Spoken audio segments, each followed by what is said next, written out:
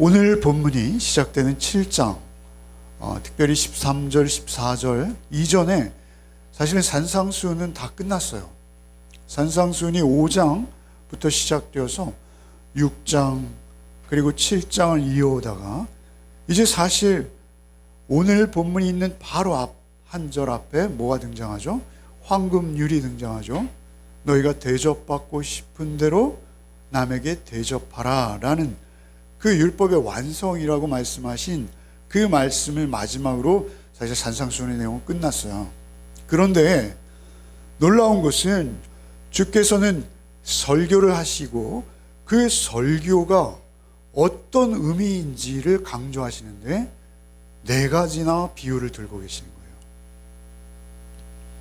우리가 그저 8장을 펼 채 참 설교 잘하시네, 와 새로운 지혜와 지식이야, 율법을 설교하는 서기관과 바리새인들과는 전혀 달라, 어찌 저리 고상하고 우아하고 수준이 높으실까, 이러면서 8장을 끼고 앉아서 설교를 감상할 수 있다는 거예요. 우리는 설교와 너무나 무관하게 하나님의 말씀임에도 불구하고 우리는 그것을 피상적으로만 들을 수 있다라는 거예요.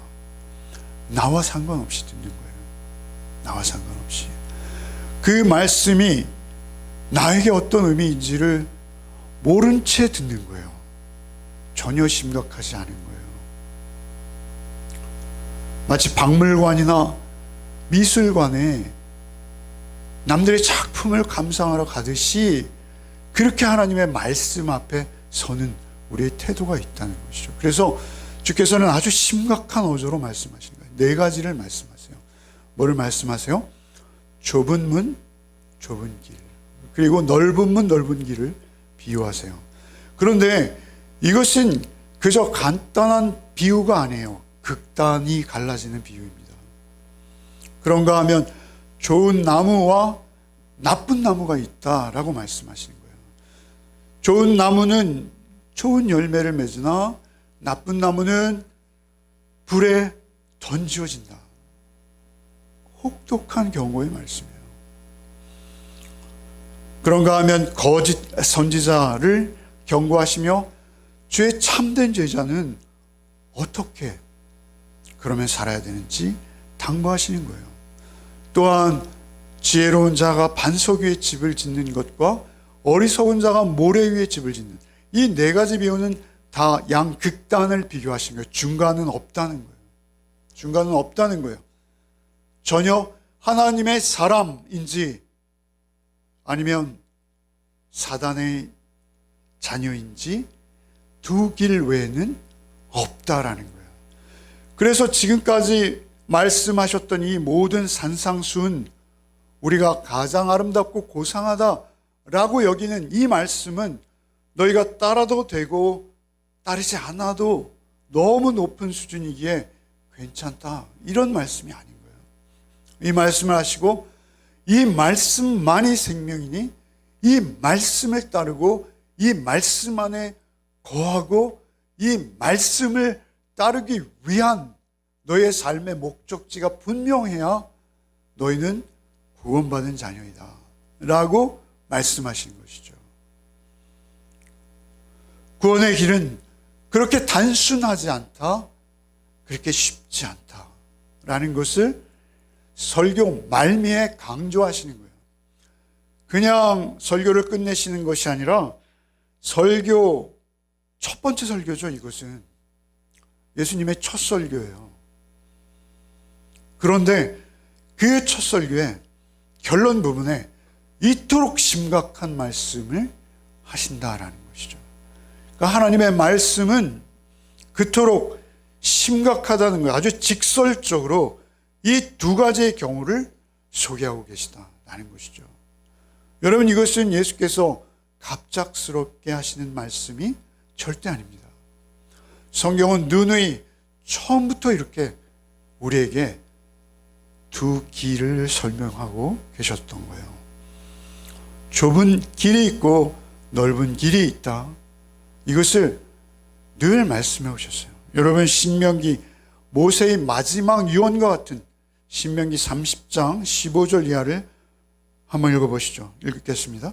보라, 내가 오늘 생명과 복과 사망과 화를 내 앞에 두었나니 곧 내가 오늘 내게 명령하여 내 하나님 여호와를 사랑하고 그 모든 길로 행하며 그의 명령과 규례와 법도를 지키라 하는 것이라.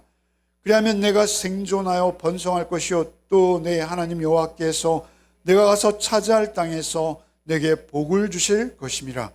그러나 내가 만일 마음을 돌이켜 듣지 아니하고 유혹을 받아 다른 신들에게 절하고 그를 섬기면 내가 오늘 너희에게 선언하노니 너희가 반드시 망할 것이라.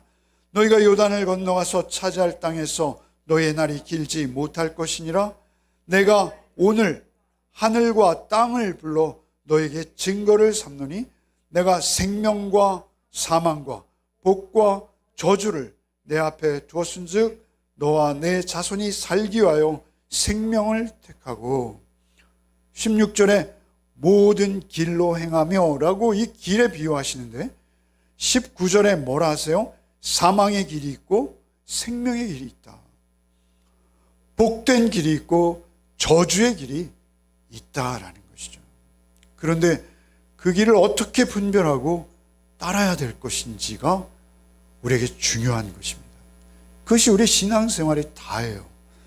여러분 시편 6절 1편 6절 한번 읽어보시죠. 무릇 의인의 길은 여호와께서 인정하시나 악인의 길은 망하리로다. 의인의 길이 있고 악인의 길이 있는 거예요. 여러분 중도는 없어요. 여러분 중간은 없어요. 두 길 중에 한 길만 우리에게 있는 거예요. 예레미야 21장 8절 읽어봅시다.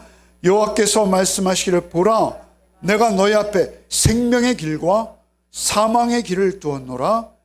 너희는 백성에게 전하라 하셨느니라. 생명의 길이 있고 사망의 길이 있는 거예요. 의인의 길이 있고 악인의 길이 있듯이 그 길 끝에는 한쪽 길에 생명이 있고 한쪽 길에는 사망이 있다. 분명히 말씀하신 거예요. 이것은 우리에게 돌이킬 수 없는, 그런데 이 문의 특징은 뭐라 하세요?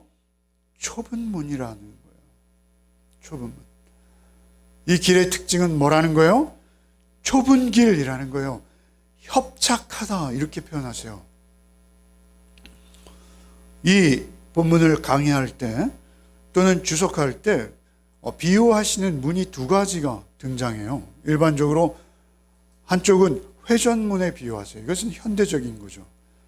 여러분 냉난방이 밖으로 빠져나가지 않도록 한 명이 들어가면 이렇게 돌아가요. 요즘은 여러 명이 들어가더라고요. 한 명씩 통과하는 문이 있었어요. 그 문을 통과할 때 우리는 짐을 많이 가지고 가지 못해요. 그 문을 통과할 때 우리는 한 사람씩만 들어갈 수 있어요. 좁다는 것이죠. 그 문에 비유하는가 하면 또 다른 주석가들, 강해가들은 성문에 비유해요. 성문. 성문에 일반적으로 큰 문이 있습니다. 그래서 낮에 그 성에 거주하는 사람들이 자신의 생산지, 농지를 돌보기 위해 그 문을 통과해서 나갔다가 저녁 몇 시까지라는 시간을 정하고 그 안에 들어옵니다. 다시. 그 시간을 놓친 사람들을 위해 배려하는 문이에요. 대신에 그 문은 작아요. 그래서 많은 사람이 한꺼번에 들어올 수 없어요. 짐승을 타고 말을 타고 우아하게 들어올 수도 없어요. 가마를 타고 들어올 수도 없어요. 오직 한 사람만 들어올 수 있어요. 그것도 짐을 많이 가질 수도 없습니다. 그 문을 통과할 때는 반드시 그 문을 지키는 자에게 까다로운 신문을 받아야 합니다. 검사를 받아야 하는 거예요. 그리고 혹시 적군의 첩자는 아닌지, 이 성에 거주하는 거주민이 확실한지, 이런 것들을 다 질문받게 되는 것이죠. 모든 것을 내려놓고 겸손하게 허리를 굽히고 그 신문에 성실히 임하는 것이다 라는 것이죠. 기독교인으로 산다는 것은 그렇게 좁은 문으로 늘 들어가는 것이다 라는 것이죠. 문이 먼저 있는 거예요. 그 문을 들어서서 좁은 길로 가게 되는 것이죠. 먼저 문을 들어선 과정이 좁아요. 그리고 그 좁은 문으로 들어서야만 좁은 길을 또한 걸을 수 있어요. 좁은 길도 힘든데 좁은 문으로 들어가야 된다는 것이죠. 여러분, 이런 말씀 들어봤는지 모르겠어요. 우리가 전도를 좀 효과적으로 해야 된다. 그래서 기독교에 대한 인상을 세상 사람들에게 좀 잘 선전할 필요가 있어. 그래서 우리는 전도할 때 예수 믿어봐. 예수 믿으면 모든 병마가 떠나가고 모든 저주가 풀려나고, 맞아요. 그러나 처음부터 그렇지 않아요. 예수께서는 첫 설교에서 그렇게 말씀하지 않으세요. 우리에게 있어 중요한 것은 무엇입니까? 첫 단추부터 잘 끼워야 된다라는 것이죠. 잘못 끼우면 다 잘못 끼운 단추가 돼요. 처음에는 난 기독교가 이런 건지 몰랐어. 그런데 막상 교회 다니니까 너무 힘들어. 이렇게 말하면 그것은 잘못된 거예요. 그런 말은 존재해서는 안 되는 거예요. 우리가 복음을 받는다라는 것은, 복음을 믿는다라는 것은 무엇입니까? 그것은 좁은 문으로 들어갈 결단을 한다라는 것과 동일한 거예요. 그래서 우리 대한민국, 한국의 기독교가 말이죠, 급증하거나 급감해요. 왜 이런 현상이 있습니까? 그것은 우리가 제대로 시작하지 않았기에 그럴 수 있어요. 우리가 분명히 알고 시작해야 돼요. 그래서 예수께서는 다른 곳에 많은 비유의 말씀들을 하세요. 망대를 짓는 사람이 있다. 망대를 중간에 짓다가 포기하는 것은 얼마나 어리석고 세상 사람들에게 비웃음을 사는지 너희들 알지? 망대를 지으려는 사람은 망대를 완성할 때까지 재정을 확보하고 짓는 거 아니니? 어떤 임금이 전쟁을 하러 나가는데 적군의 수와 아군의 수를 대략은 비교하고 나가는 거야. 무모한 전쟁은 없는 거야. 이렇게 말씀하시는 것이죠. 처음부터 시작도 하지 말라는 것입니다. 망대를 지으려는 것도 아예 포기하라는 것입니다. 각오가 없이는 시작하지 말라는 것입니다. 주께서는 그런 말을 많이 하세요. 심지어는 너희 가족도 내가 화평을 주러 하지 않느냐? 너희 거짓 선지자를 평안하다 평안하다 하지만 나는 분명히 말한다. 나는 검을 주러 왔다. 아비가 아들을, 딸이 어미를 대적할 수 있는 것이 기독교야. 주께서는 그렇게 말씀하신다는 것이죠. 그런데 우리는 거꾸로 얘기하는 거 아닌지 모르겠어요. 여러분, 예수께서는 처음부터 아주 배타적입니다. 일방적이에요. 오히려 각오하고 출발해야 되는 길이다. 각오하고 들어서야 되는 문이다. 이렇게 말씀하세요. 그렇지 않으면 너희 중간에 포기하게 될 것이야. 너희 중간에 떨어져 나갈 거야. 더 비극이야. 그것은 더 필요 없는 낭비야. 라고 말씀하시는 거예요. 좁은 문은 영원한 재판장이 되신 하나님을 의식하는 길입니다. 여러분, 좁은 문은 내가 하나님 앞에 책임 있는 존재로 이제는 하나님을 자각하고 하나님을 의식하며 날마다 살겠나이다. 이렇게 출발하는 것이에요. 그런데 어찌 그 길이 세상 사람들이 환호하는 넓은 문과 같을까요? 세상 사람들이 환호하는 문은 넓은 문입니다. 넓은 문입니다.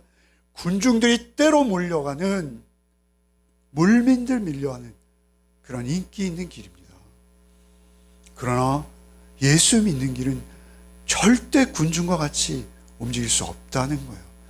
예수께서는 무리에게 말씀하시다가도 제자들을 따로 세우세요.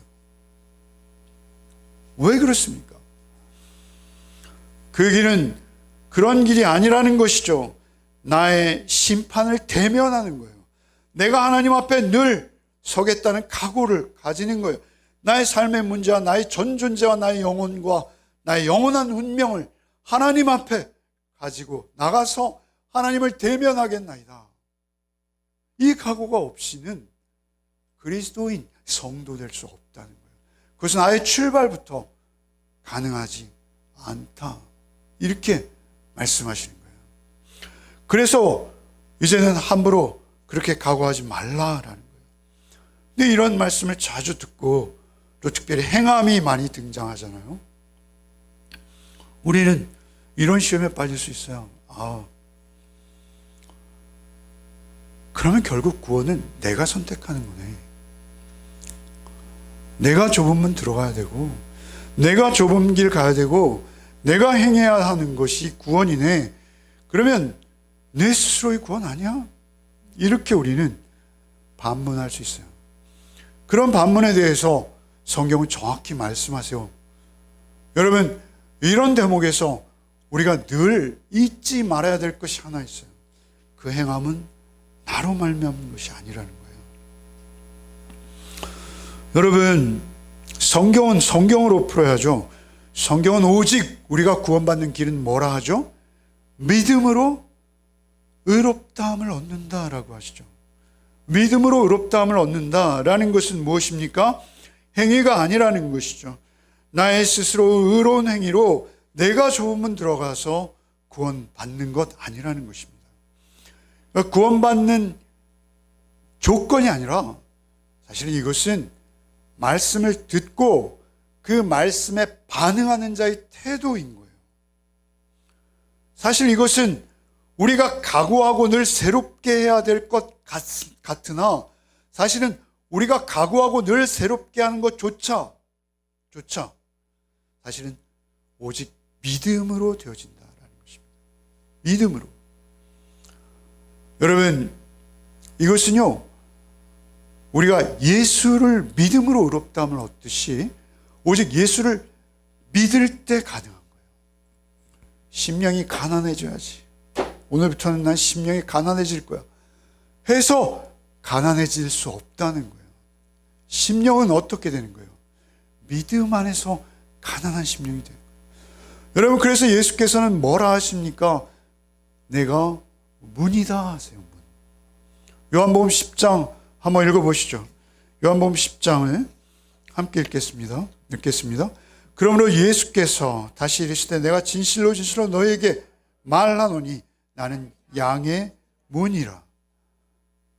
양의 문이라 하세요. 문은 예수 그리스도 자신이신 거예요. 그래서 그 문을 통과하기 위해서는 예수를 통과하는 거예요. 예수를 믿는 믿음으로 사는 거예요. 그러니까 그 문에 들어서는 자에게 나타나는 특징이요, 나는 좁은 문 가겠나이다 라고 말할 수 있는 것은 무엇이냐면 예수의 은혜가 그에게 임했고 예수를 믿는 믿음으로 말미암아 그 결단을 말할 수 있고 선언할 수 있고 증거할 수 있고 그 증거가 내가 누구인지를 드러내는 증거가 되는 거예요. 예수께서는 또한 당신이 길이라 하세요. 그 길, 오직 유일한 길. 요한복음 14장 6절도 한번 읽어보시죠. 읽어보겠습니다. 시작. 생명이니 나로 말미암지 않고는 아버지께로 올 자가 없느니라. 늘 말씀드리지만 I am the way. 내가 그 길이야, 그 길. 내가 얘기했던 그 길은 나야. 이렇게 말씀하시는 거예요. 믿음이 우리를 의롭게 하는 거예요. 주를 의지할 때 우리는 이러한 인격과 성품으로 살아가게 되는 거예요. 살인하지 말라 하는데 미워하지도 말라 하셨는데 오늘부터는 정말 미워하지도 않을 거야. 안 됩니다. 여러분, 미워하는 본성이 우리에게 있습니다. 그래서 이러한 인격적 특성은 내 의지와 결단으로 나의 행위로 드러나는 것이 아니에요. 여기서 말하는 행함이라는 것은 말이죠, 존재의 문제예요. 존재의 문제. 존재가 먼저 주를 믿고 의지하는 그 믿음 안에 있을 때 우리는 이러한 행함의 특징들이 우리 삶에 자연스럽게 나오기 시작한다는 것이죠. 우리가 특별해서가 아니에요. 믿음이 우리를 그 좁은 문으로 안내하고 믿음이 우리를 그 좁은 길 걷게 하시는 거예요. 사실은 이것은 우리가 정확히 그 소속을 알아야 돼요. 육에 속한 자는 육이요, 영에 속한 자는 영인 거예요. 그래서 우리가 성령의 도우심으로 믿음을 가지게 될 때 그 믿음 안에서 주님과 함께 비록 넘어지고 깨어져도 우리는 그 길을 가는 거예요. 힘들어도, 협착해도 다시. 여러분, 의인은 없나니 하나도 없는 게 성경의 진리예요. 여러분, 만약에 이 산상수훈을 완벽하게 지켜낼 수 있다? 그건 사람이 아니에요. 다만 우리가 넘어질 수 있다. 그러나 우리가 서 있는 길은 여전히 좁은 길이요.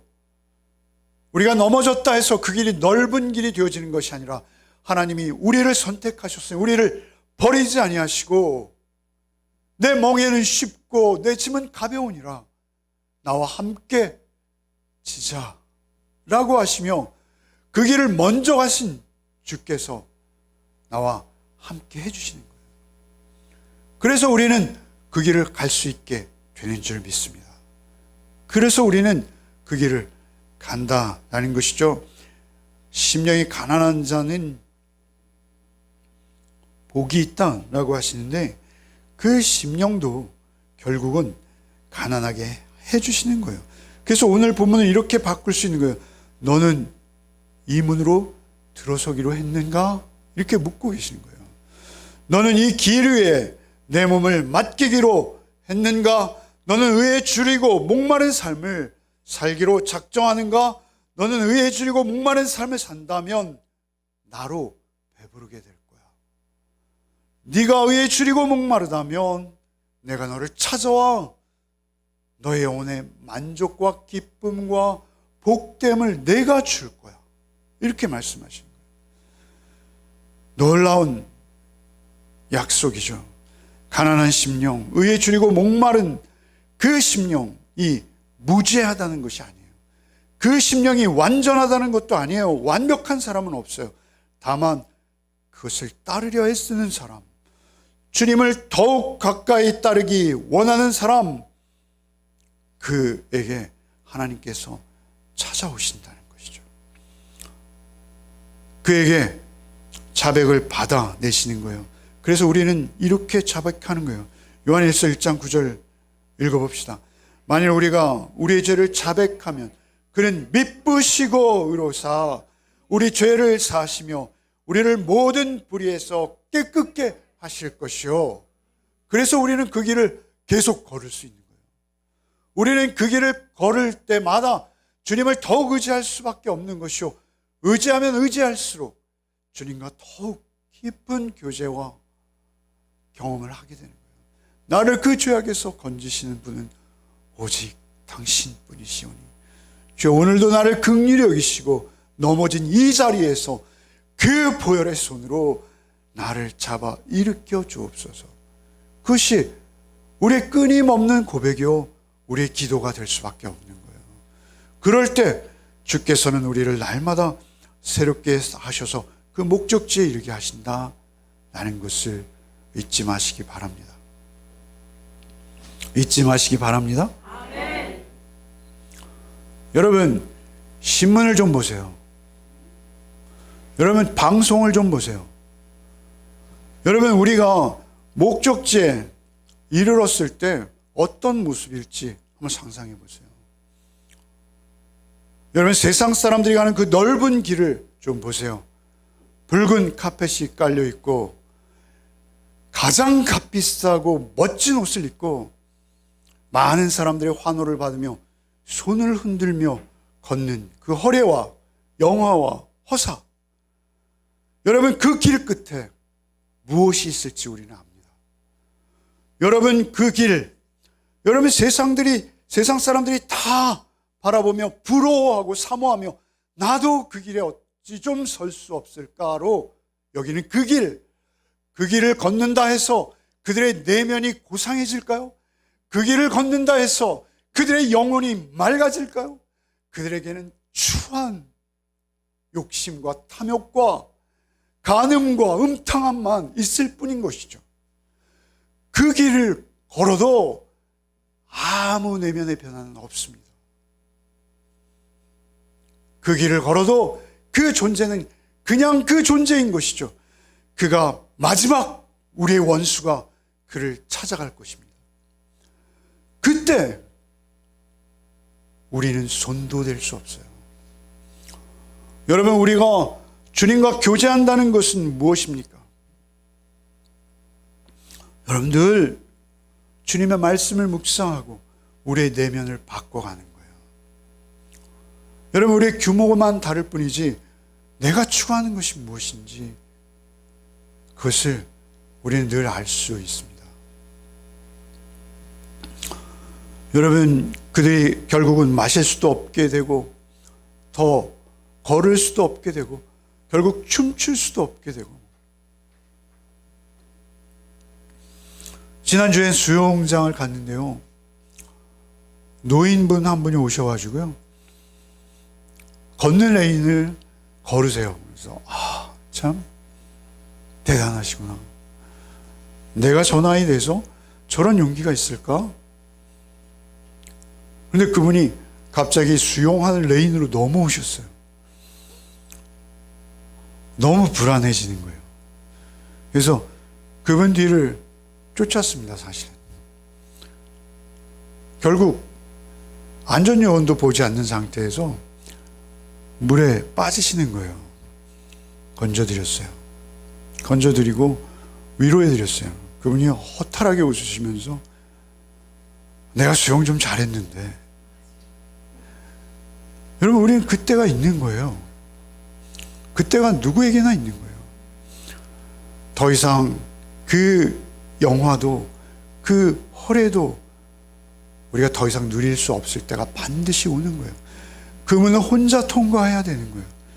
그 문은 홀로 벌거벗은 채 나의 영혼과 마음을 다 밑바닥까지 드러내야 되는 자리가 있다라는 것이죠.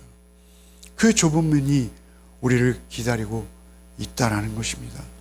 그때 우리가 두려움과 공포와 고통과 파멸로 내 안에 아무것도 없다면, 내 안에 늘 잡념과 그러한 것들로 쓸모없는 것들만 내 안에 가득하다면, 아니 더럽고 냄새나고 악취나는 것들로만 내 안이 가득하다면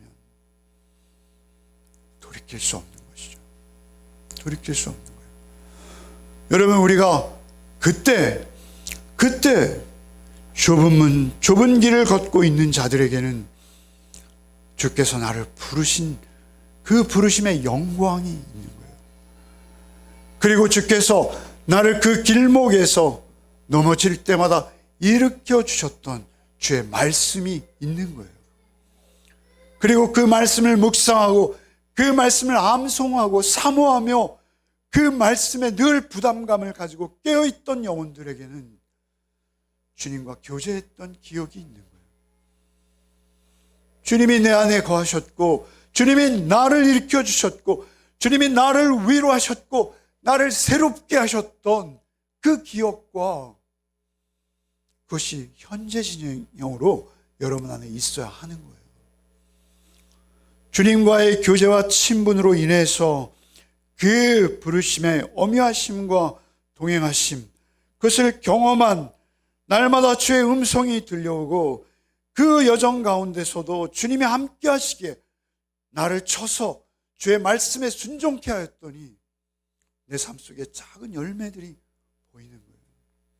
사랑도 있고 기쁨도 있고 평안도 있고, 내가 추구해서 획득한 것이 아니라 주님과 동행하고 보니 주께서 맺게 하신 내 안에 새로운, 그전엔 나에게 전혀 없었던 것들이 확인되기 시작하는 거예요. 그래서 사실은 그 길이 좁고 협착하고 어려운 길일 수는 있으나, 세상 사람들은 손가락질하며 뭐 그렇게까지 믿어, 뭐 그렇게까지 살 필요 있어 라고 비아냥거림일 수 있었으나, 나에게는 그 길이 생명인 것을 점점 깊이 경험해 가는 거예요. 깨달아 가는 거예요. 그럴수록 더욱 나의 죄된 모습과 주님 앞에서 내가 어떤 자인지를 깨닫고 더욱 무릎 꿇을 수밖에 없고 주님의 옷자락을 부여잡을 수밖에 없고 그 부여잡은 옷자락을 잡은 손아귀의 힘이 점점 가해지는 그럴 수밖에 없는 것이 우리의 인생, 우리의 삶이라는 것이죠. 그럴 때 주와 함께 우리가 걷고 있다라는 것이죠. 그렇게 여러분이 살아가고 있다면 여러분은 확실히 승리하십니다. 여러분은 확실히 여러분이 이전에 볼 수 없었던 숭고하고 아름다운 주께서만 보여주실 수 있는 여러분의 삶 속에 기쁨이 충만하게 차오르고 벅차게 경험되어지는 그러한 것들을 여러분 경험하게 될 수 있습니다. 멈춰질 수 없는 거예요. 그래서 가는 거예요. 한쪽 뺨을 맞으면 나머지 한쪽 뺨을 돌려대는 것입니다. 오리를 가자 하면 심리를 가지고 겉옷달라 하면 속옷까지 주는 거예요. 원수를 사랑하신 주님 때문에 갈 수 있는 거예요. 주께서 먼저 그 길을 가셨고 주님께서 나를 따르라 하시며 그 길 끝에 서 계시기에 우리는 그 길을 갈 수 있게 되는 것이죠. 주님 함께 가는 거예요. 주님과 함께 주님이 늘 내 옆에 계시는 것을 고백하며 가는 것이죠. 여러분, 우리의 신앙의 고백은 늘 한결같을 수밖에 없어요. 한결같을 수밖에 없어요. 주님, 나 같은 것을 구원하셔서 이 진리의 말씀을 접하게 하셨고 이 진리의 말씀을 저에게 날마다 들려주시니 주여, 주의 대속의 은혜가 저에게 넘치나이다. 주께서는 나를 위해 십자가 지셨으나 죄 없으신 주님이시라 죽음에 머무실 수 없이 다시 사셨고 이제는 내 안에 찾아오셔서 영으로 나와 함께 동행하시니 주여 내 잔이 넘치나이다. 그것이 우리의 고백일 수밖에 없는 거예요. 여러분, 그렇게 주님을 의지하고 주의 은혜임을 늘 고백하며 말씀이 육신이 되신 주님과 온전한 동행을 할 때 내가 너를 도무지 알지 못해, 주님이 이렇게 말씀하실 수 없는 거예요. 그렇잖아요. 잘했다, 수고했구나, 네가 비록 약하나 담대했구나 라고 우리의 손을 잡아주시는 것이죠. 그 날이 우리 앞에 바로 있습니다. 멀리 있는 것이 아니라 그 날은 우리 앞에 다가와 있습니다. 누구나 예외 없이 그 날을 바라보고 있다라는 사실을 여러분 놓치지 마시기 바랍니다. 그래서 좁은 문으로 들어가라. 멸망으로 인도하는 문은 크고 그 길이 넓어 그리로 들어가는 사람 많고 생명으로 인도하는 문은 좁고 길이 협착하여 찾는 이가 적으니라. 이 말씀이 더욱 진리일 수밖에 없다라는 것이죠. 여러분, 우리는 분명히 이 땅에 많은 것을 남겨두어야 합니다. 뒤돌아볼 수도 없습니다. 오직 주님 앞에서 주님의 말씀을 쫓아서 주의 십자가 지고 나를 부인하며 주를 쫓는 여러분의 또 한 주가 되시기를 바랍니다. 내가 그리스도와 함께 십자가에 못 박혔나니 그런즉 이제 내가 산 것이 아니요 오직 내 안에 그리스도께서 사신 것을 고백하며 히브리서 12장 2절을 읽고 마치겠습니다. 읽겠습니다. 믿음의 주요 또 온전케 하시는 이 예수를 바라보자. 그는 앞에 있는 기쁨을 위하여 십자가를 참으사 부끄러움을 개의치 아니하시더니 하나님 보좌 우편에 앉으셨느니라.